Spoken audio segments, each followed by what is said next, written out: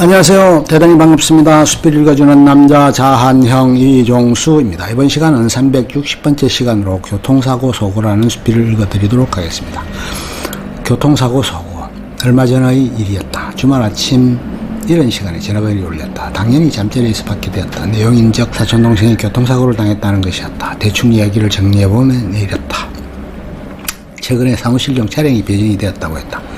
차종은 소나타 하이브리드라고 했다. 그래서 오전에 직원 한 명과 차량 정비소에 들러 이것저것 필요한 제반 장치를 부탁했다고 한다. 블랙박스와 하이패스 장치 등 여러 가지가 있었던 듯하다. 그리고 차를 맡겨놓고 차량이 정비가 되면 전화를 해달라고 부탁을 해놓고 왔다. 오후가 되었는데 그곳에서 연락이 왔다. 그래서 얘의 그 직원과 같이 차를 몰고 그 차를 가지러 가게 되었다. 차량의 정비 여부를 확인하고 비용을 결제하고 차량을 인수해서 사무실로 돌아오는 길이었다. 한창 제법 유명한 다리도 지나고 유유히 운전을 해오던 길이었다. 직원이 그 신차를 운전하고 사촌동생은 본인의 차를 끌고 오는 중이었다. 자기가 먼저 출발을 했는데 천천히 가고 있었기 때문인지 소나타가 앞질러 가버리고 말았다. 그러던 차에 맞은편에서 오던 차가 중앙선을 넘어 자기 차를 충돌하고 말았다. 가해자는 음주운전의 졸음운전의 전형이었다. 자기는 최대한 오른발로 브레이크를 밟고 있었다. 차량 간의 충돌의 충격으로 인해 에어백도 터졌는데 그 충격의 강도가 심했는지 에어백도 터져버렸고 안전벨트도 찢겨져 버렸다. 상당히 심한 충돌 사고였고 앞서가던 하이브리드 차량도 갓길에 세워두고 달려와 차문을 열고 응급처치를 했다. 부상 정도는 왼쪽 갈비뼈 5번째 뼈에 금이 가는 부상을 입었다. 그런데 문제는 이렇게 큰 부상을 입고 충격에서 헤어나지 못하고 있는데 그것이 형사처벌의 대상이 되지 않는 부분에 대해 의아해했다.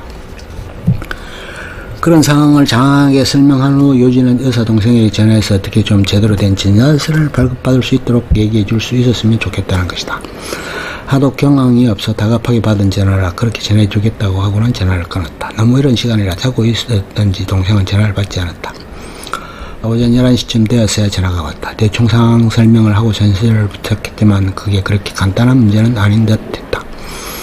본인 자신이 그런 부분에 관해서 진단서를 직접 발급해 줄 수 있는 처지가 아니고 또한 그런 분야에 관해 자신이 전무하는 병원이 최초의 진단병원도 아닌 상황에서 진단서를 발급하기는 어렵다는 대답이었다. 최초 진단병원에서 진단서를 발급받을 수밖에 없다는 것이 그의 설명이었다. 곰곰이 생각해보면 참으로 답답한 심정을 금할 수 없었고 어려운 상황에서 고육지책을 찾아 한 전화했을 텐데 도움이 되질 못해 미안했다. 주말 내내 어수선하고 착잡한 마음으로 보내야 했다.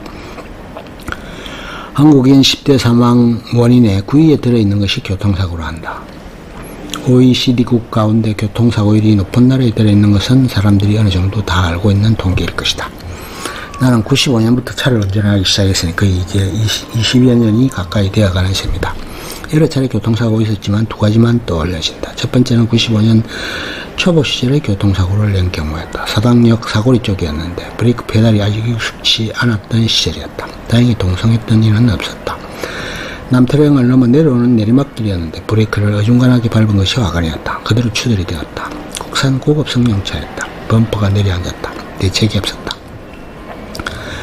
가까운 공업사까지 비상벨을 켜고 피해 차량이 가는 대로 뒤를 따라갔다. 그리고 원하는 대로 현금으로 변상해 주었다. 아직도 그 후유증이 남아있는지 가까운 근접은 되도록 삼가게 된다. 뼈아픈 각오였다. 교통사고 후유증은 심각한 지경에 종종 결코 떨칠 수 없는 트라우마로 남게 되는 모양이다. 지인 중 어떤 이는 고속버스를 타고 가다 큰 교통사고를 당한 이후에는 가능하면 기차를 이용하는 습관을 가지고 되었다고도 한다. 또 어떤 지인의 부인은 교통사고 후유증으로 인해 결코 운전을 하지 않으려 해서 운전을 기피하게 된 경우도 있었다. 두 번째 교통사고 피해를 당한 경우였다. 좌회전을 하는 상황이었고 상대 차량은 직진해 오면서 신호를 무시하고 지나가던 처지였다. 대형 트럭이었다. 성능차는 운전석 뒷좌석을 받아버렸고 원형으로 돌면서 정차가 된 상황이었다. 곧바로 사고 차량을 갓길에 대어놓고 서로의 과오에 대해 협의를 했다. 국도 변했기에 금방 레카차가 등이 출동했고 어떻게 알았는지 경찰까지 순식간에 왔다 갔다.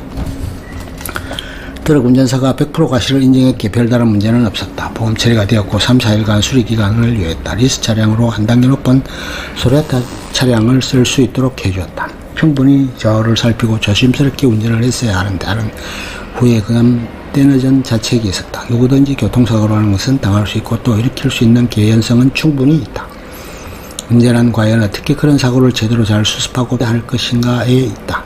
항상 심각한 인사사고가 복잡한 부분이 되기도 한다. 치료비는 물론 그로 인해 손해, 정신적 피해 보상까지 여러 가지가 복합적으로 얽혀있는 부분이기도 하다. 과실 비율을 정하는 것도 간단치 않다. 정확한 정황과 증거에 의해 시시비비도 가려야 할 것이다. 보험 처리가 되면 그에 부과해야 할증이 되는 부분도 속상한 부분이 될 때도 있다. 이러한 부분을 다 피하려면 만사 불효천천이 제1의 방책이다. 언제든지 안전운전을 해야 하고 방어운전을 해야 할 것이다. 모든 것을 다 대체할 수는 없겠지만 사람이 할 수 있는 최선을 다하게 되면 그 이상은 하늘에 맡길 도리가 밖에 없을 듯하다. 교통사고 후유증이 걱정되는 사촌동생의 빠른 쾌유와 회복을 빌어본다. 끝. 좋으면 좋아요, 구독, 알림 설정 눌러주세요. 감사합니다.